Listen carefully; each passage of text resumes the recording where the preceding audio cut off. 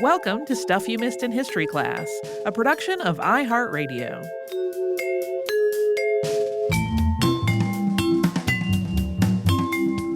Hello and happy Friday. I'm Tracy V. Wilson. And I'm Holly Fry. We talked about electrocardiograms this week. We sure did. If you're wondering why we didn't postpone recording because I have a little cold, we did. We did, in fact, postpone the recording. We got to the end of the window for postponing things. So it became, we got to record the podcast now. I will say it does seem like the fates have been trying to get us to not record this time. Yeah, it's been a kind of an ordeal this particular week.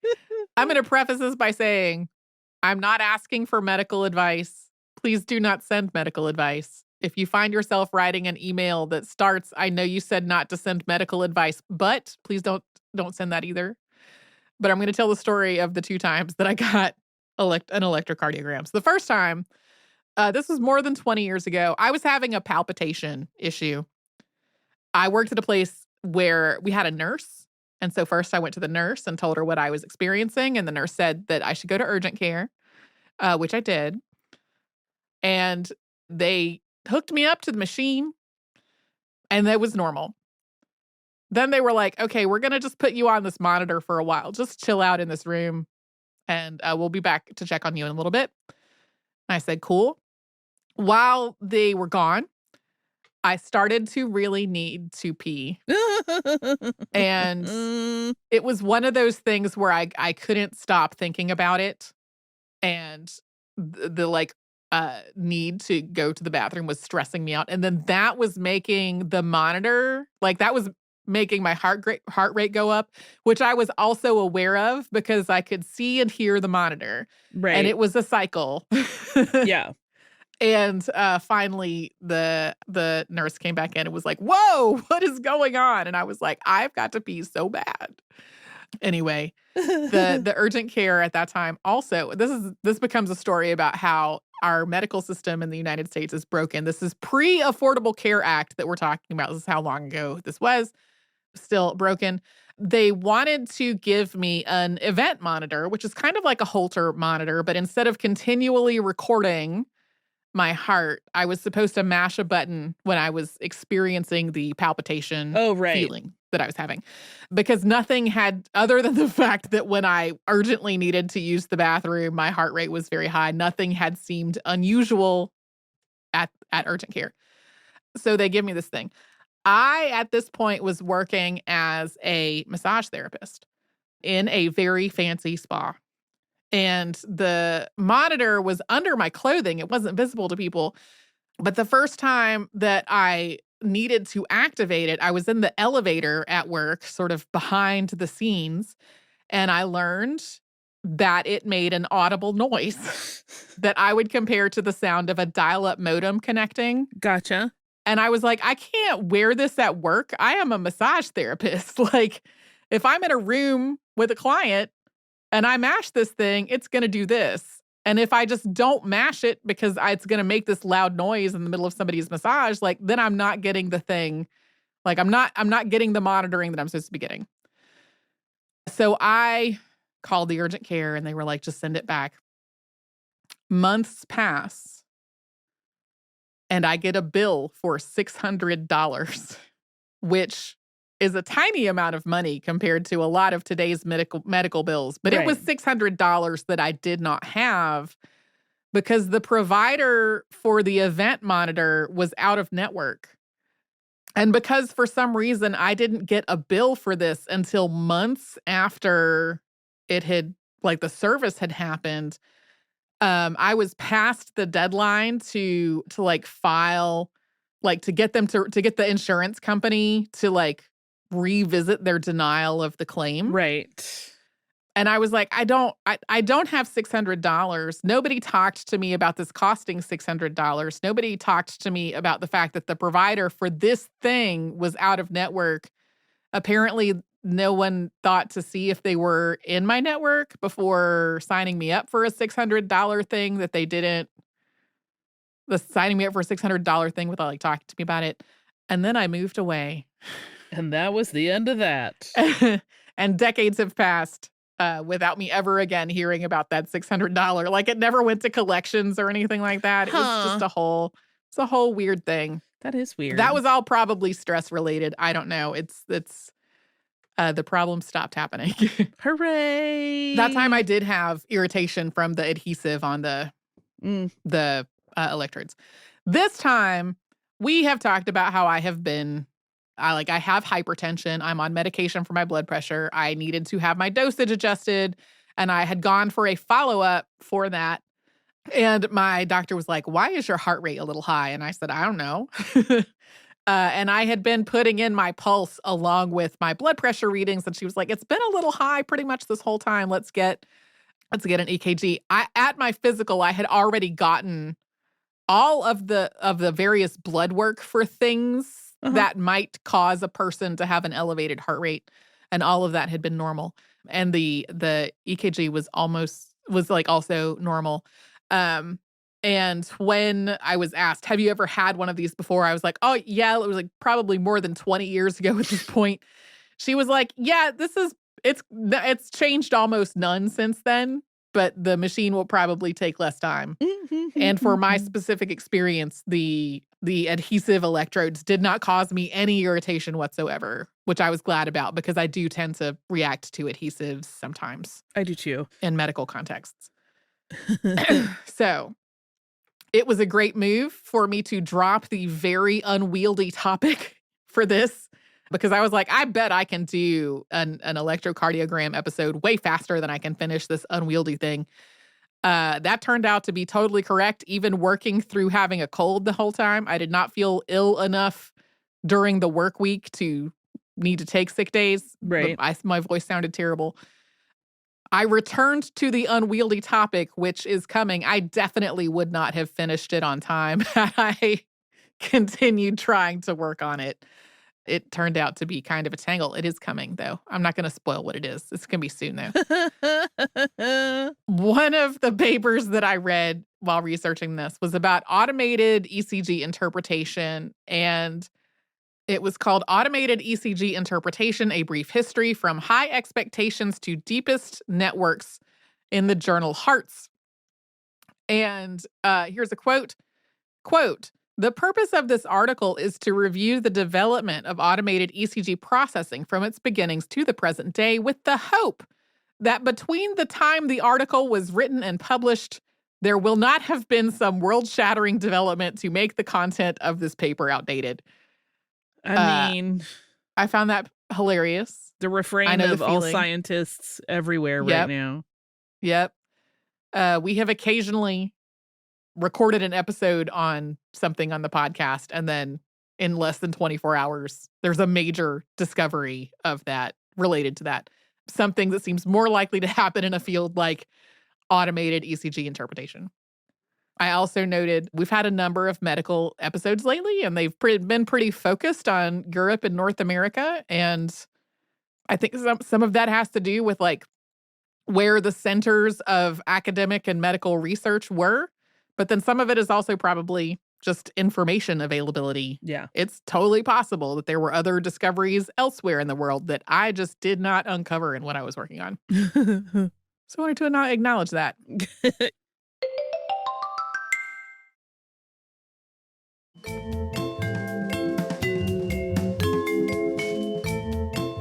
This topic reminded me of a thing that I forgot. Okay. Which is that I don't think I had ever had an EKG until last year. Which is, I've talked about it on the show. I'm fine. Everything's fine. But I had been having weird chest pain. Oh, yeah. And I had done is this heartburn? Because I almost feel like a jerk for saying this. I had never experienced heartburn in my life. I can eat all of the cruel and evil things, and the most I will do is burp, but I don't get a burning sensation. I don't. So I did not know. And I did a telehealth consult because it was like the middle of the night. And the doctor that I talked to was like, hey, you're in your 50s. This could be a heart attack. Maybe you go to the ER now. And I went to the ER and I didn't even have like this information all the way out of my mouth before like an orderly came screeching around the corner with the cart and was like, I'm still filling out paperwork. And they did it. And they're like, Right. hey, your heart's fine. Your heart's actually great. And I was like, okay, good. And I Yeah. thought I would go home. But that was when I had my gallbladder out. But the other thing Right. that I had quite forgotten was that I'm presuming it was some form of a Holter EKG. When I was admitted and I was in the hospital, they continued to monitor my heart just for safety. And so I had one that lived, or I had, electrodes that lived on me. Mm-hmm. And I didn't know until later when I was like, what the heck is going on? That it was sending all of my info continuously via Wi-Fi to the nurse's station. Oh, yeah. Until I like scratched myself in my sleep and undid one of the electrodes, which to them looked like I was crashing. And right. suddenly there were a lot of very concerned people in my room. And I'm like, what? What's happening? Yeah. Wonderful of them to be on the spot. But yeah, I was just a ding dong that moved my gown around and scratched it myself in a way that ruined their feedback. I don't fully know what happened because you are typically not conscious during a colonoscopy. Unless you're me. I wake up every time. When I had been taken to the recovery room after I got a colonoscopy, and I was, I had been brought my clothing and I was in kind of, a private area where I would recombobulate myself. They were unhooking me from things. And then somebody went, oh, that explains it. And similarly, like a monitor wire had come off of what it was supposed to be attached to. So I'm like, what was happening in the room while my thing was going on? Was somebody like, I don't know, something seems wrong, but she seems fine. Whatever it was a dislodged monitor. You also gave me an unwieldy things memory. Oh, yeah. Of a recent event. Okay. So some time ago, perhaps a year and a half, I was working on a subject which became unwieldy. Yeah. And I kind of abandoned it. And then I forgot all about it. And recently, it has come to my attention that my sewing room must be reorganized. It's really like in a rough shape. If somebody looked at it, they wouldn't trust me to make a bed, let alone make a garment. Like it's become such a mess. And so I started like basically pulling everything out of there, running stuff to our storage unit, and then we're going to put in new shelving and like rebuild it out. But while I was doing that, I uncovered several books that had become buried under fabric that I had been using to research this other subject. And I was like, I wonder how far along I am on that. Maybe I should pick that back. Yeah. Yeah. So it might still happen. We'll see. Yeah. I don't know. My unwieldy topic is definitely happening. It is, I would say, 70% written at this point. Once I got all of my note-taking done, it was not, like the writing process has gone really quickly on it. But like there was just too much left to do for it to have been done in that amount of time. So my one last thing that I have written on my list of notes that I made for myself about the behind the scenes for this, I don't know how I wound up on the Willem Einthoven Wikipedia page because like that's not where I'm researching episodes. So I think I might have like clicked on somebody else's source link on their thing and it turned out to be Wikipedia or whatever. But there is a Jack the Ripper section on the Willem Einthoven Wikipedia page alleging that he was a suspect for being Jack the Ripper. I was shocked by this because until reading that paragraph, I had thought about what a nice guy he seemed to be. Like he seemed to be very focused on giving other people credit for their work, even though that, like he didn't necessarily need to credit someone who did work independently of him where they came to a similar conclusion, but he did. I have no idea what he was like as a person, but the fact that he wanted to split his Nobel money with an earlier assistant, also a thing that I was like, this seems like he might have been a nice guy. And then I get to somehow on the Wikipedia page and there's this Jack the Ripper thing. So then I started trying to like find out what people were saying. about him possibly being Jack the Ripper, and I didn't find any other reference to it in any places that have stuff about potential Jack the Ripper suspects. I have theories. You do? Yeah. Okay. Because I maybe dabble in more Jack the Ripper reading than you. But yeah, well, and I am by no means a Jack the Ripper expert. I'm not an expert either, but I do love that story. Yeah, it's a whole world of research that I have not touched in any way. But I will say there are two things that are like, oh, I see how he got on the list. Uh-huh. One is that almost any doctor practicing at the time got on the list at some point. The other is that he was a foreigner. Sure. And a doctor. And that's like the double trouble of, well, you have an accent. You clearly must hate women and be weird. So I think that's probably all it was. Or maybe he was a super creeper. I don't know. But that pattern plays out a lot if you look at a lot of the medical professionals in the area at the time. It was like the cross-hatching of like doctors, check. Doctors who are foreign born, check. Like it automatically and exponentially increased their suspect level for the authorities. Yeah. It was one of those things where I was like, where did this information come from? And it's got that tag on Wikipedia of citation needed. And then I wasn't able to like reverse engineer any sort of citation for it. So anyway, I think that's all I've really got to say about electrocardiograms and today's behind the scenes. I'll say hooray for them. Yeah. Older than I realized they were. I mean, I knew that they are critical to cardiac care. I don't think I had a sense of just how many different things can be detected in one until really working on this.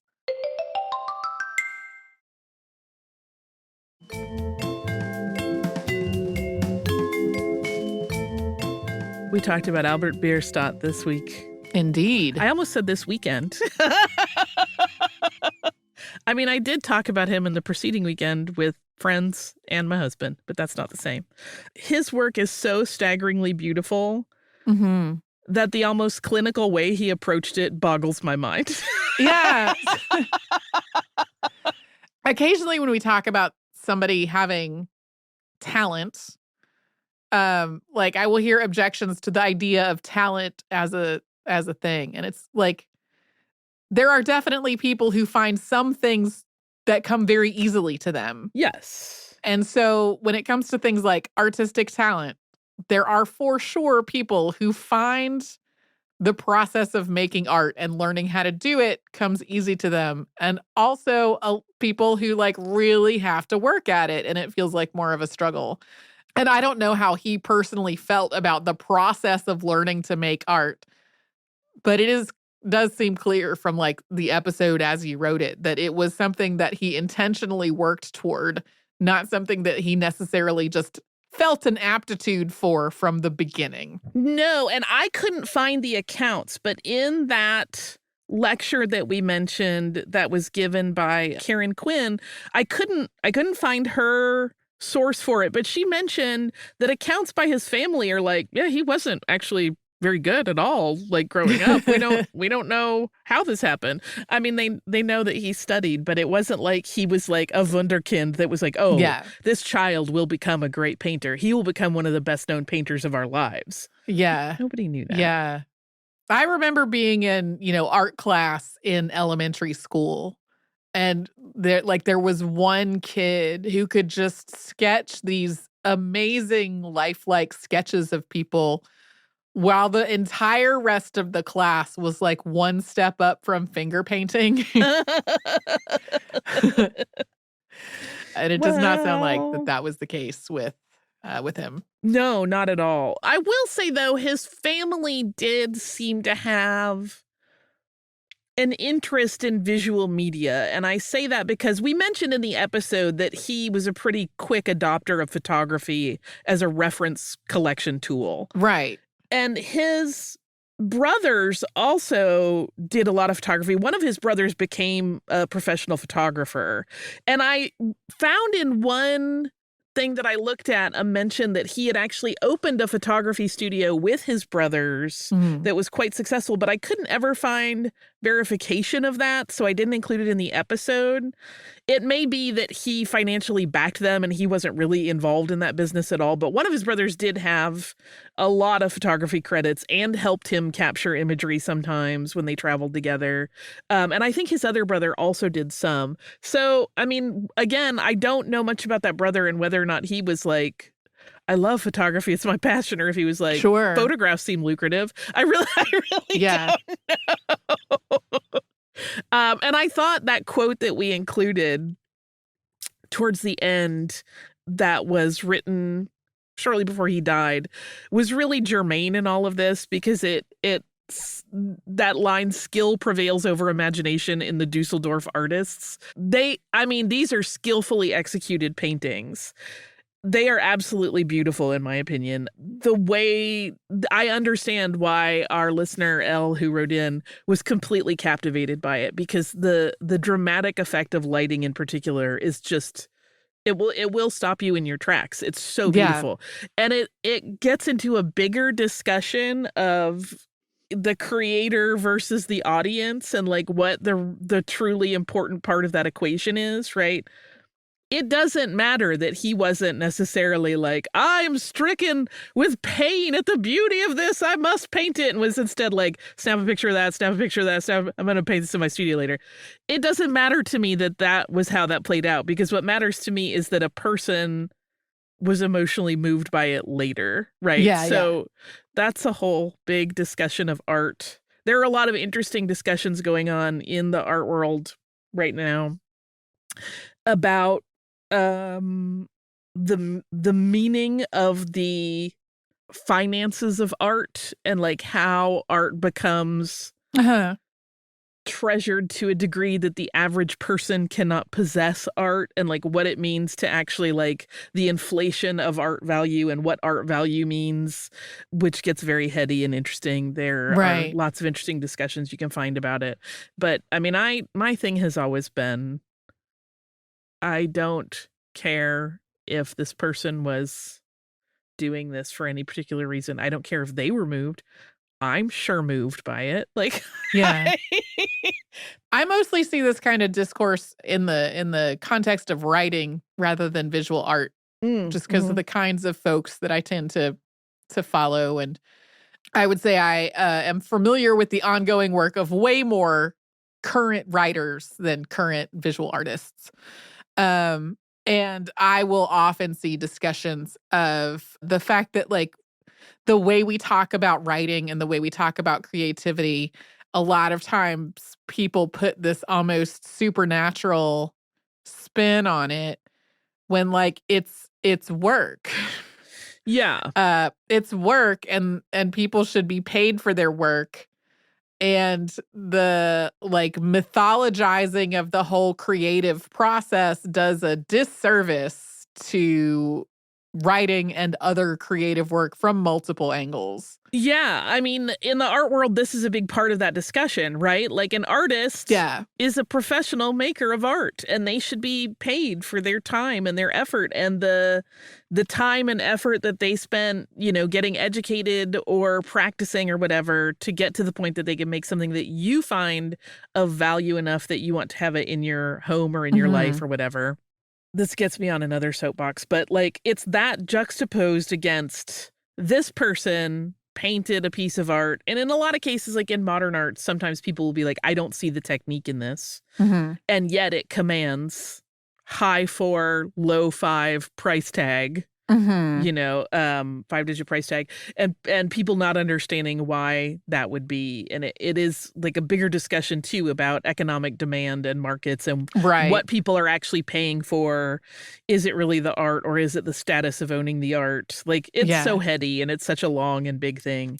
But my other thing is this: if you like art, and we are also in a world where on the upside, artists and access to art has become a little more democratized in some ways, right? You can find a lot of people online selling their art that make absolutely beautiful and incredible pieces of work. But often because I do have a lot of friends that are artists, it is shocking and mortifying to me how many people will try to haggle an artist down Oh, sure. from their asking price. And it's like, because people think you made this, you could make more. Why do you want so much money? You can just make another one. And it's like, no, because I spent time making this one. Like, Right. That is what you're paying for. Yeah, I also spent the time like learning and practicing and honing my craft and honing my art. Yeah, it's wild to me. We believe in paying artists in this household. I feel strongly about this issue. Yeah. That's on my trip to Asheville from a few weeks ago at this point. They were having a festival in the River Arts District, which was one of the places that was devastated by Helene with with a lot of galleries and studios just absolutely destroyed. Yeah. And if you look at the map of the River Arts District before Helene, it is maybe 3 times as big as the map of what was open when I was there. And I literally just walked around buying small pieces of art from people. Anything I saw that I liked that I thought, okay, I can get this in my luggage going home, I just bought it. And I don't remember what the point was of this besides the fact that I loved seeing how many people there were who were out there selling their art and how different some of it was from each other. Yeah. And I love that. And I love that, there is a place that, all of these various artists created a place that was a home for this that they are now recreating in the aftermath of the hurricane. Yeah. Yeah, I'm such a believer in patronizing artists as much as you can. I think I've said before that my tattoo artist owns an art gallery. Uh-huh. And it's a portion of the gallery space is what's set aside for tattoos. And so it is the dangerous equation of me sitting there for several hours at a time, looking at beautiful art and not coming home having purchased Yeah. something. There are so many times when I'm like, Brian, there's painting in the car. Right. He's like, okay. And I love it there so much that that is where I had my birthday this year.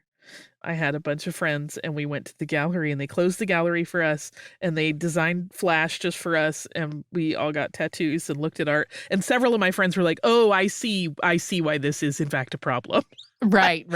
Which is wonderful. More people patronize artists. Take care of the artists. There are lots of people that need patronizing, not in the negative and pejorative sense of that word, but in terms of supporting them in their careers. Artists are but one, but they're one that is very special to me. So if this is your weekend coming up, you can either buy some art from a local artist or you can go to a museum and appreciate art that way. That also supports the arts.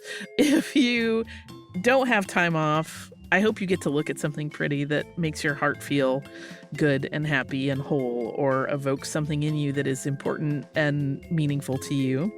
I hope everybody's nice to each other and that we find ways to appreciate each other and art and the joyous things in the world as much as we can. I know that's hard sometimes, but it's really important. We will be right back here tomorrow with a classic episode, and then on Monday, we will have something brand new.